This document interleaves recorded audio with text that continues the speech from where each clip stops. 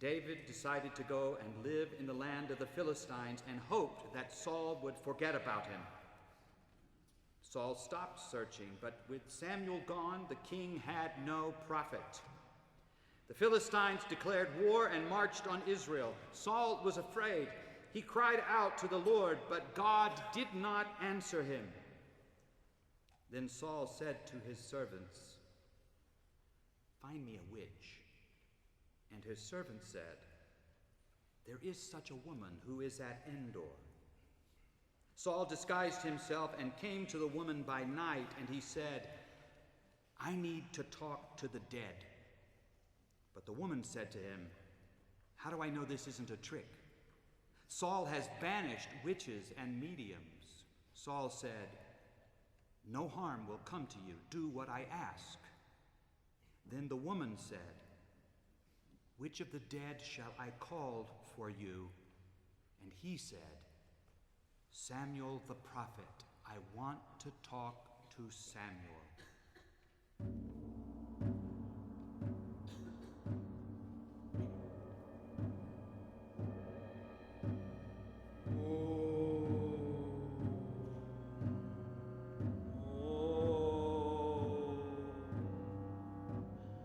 By fire, by water, by speech and by wind, by sight and by sound, break thy chains, burst the locks which bind thee. Appear! Appear! 'Tis time.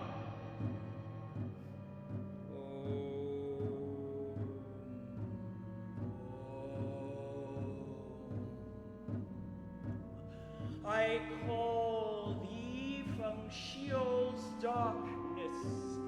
Return into the temple of 9 doors. Appear!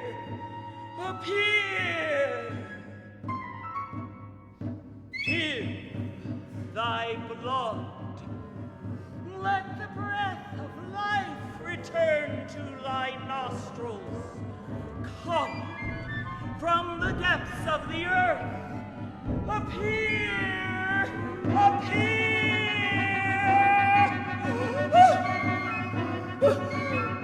The fire burns me, the fire below.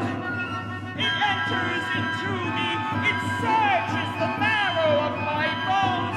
It pierces me like a sharp sword. Arise! Arise! Appear! Oh! Why hast thou deceived me? For thou art Saul! Why have you summoned me from the dead? Saul answered, "God won't talk to me. Tell me what to do. How do I fight the Philistines?" Samuel said, "You stopped listening. You disobeyed him. God is now your enemy. You are no longer the anointed one. You're going to lose." And the men of Israel fled from before the Philistines and fell slain on Mount Gilboa. The Philistines overtook Saul and his sons, and they killed the sons of Saul. Saul was badly wounded by the archers. Saul said to his page, "Get a sword and kill me before the Philistines come and torture me." But the page was too afraid. So Saul took his own sword and fell on it. When the page saw that Saul was dead, he also fell on his sword and died with him. Thus it was that Saul died with his 3 sons, his page, and all his men on that day.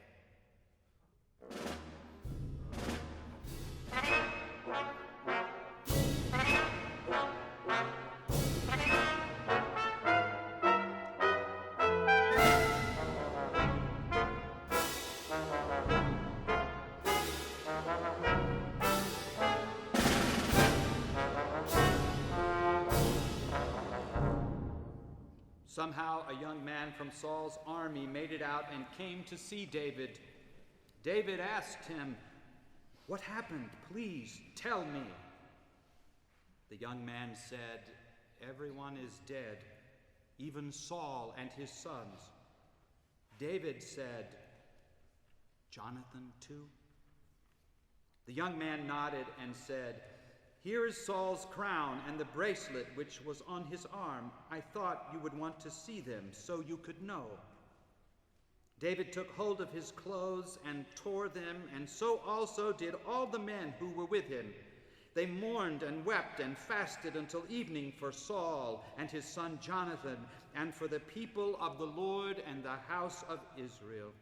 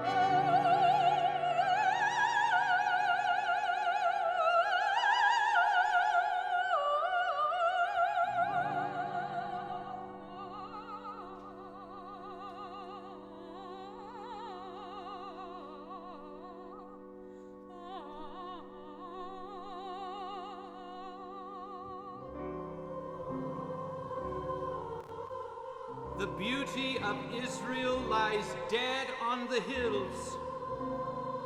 Oh, how the mighty have fallen. Don't tell the news in Gath. Don't proclaim it in the streets of Ashkelon, or the daughters of the Philistines will rejoice, and the pagans will laugh in triumph. O mountains of Gilboa, let there be no dew nor rain upon you, nor fruitful fields producing offerings of grain. For there the shield of Israel was defiled. The shield of Saul will no longer be anointed with oil. The bow of Jonathan was powerful, and the sword of Saul did its mighty work. They shed the blood of their enemies and pierced the bodies of mighty heroes.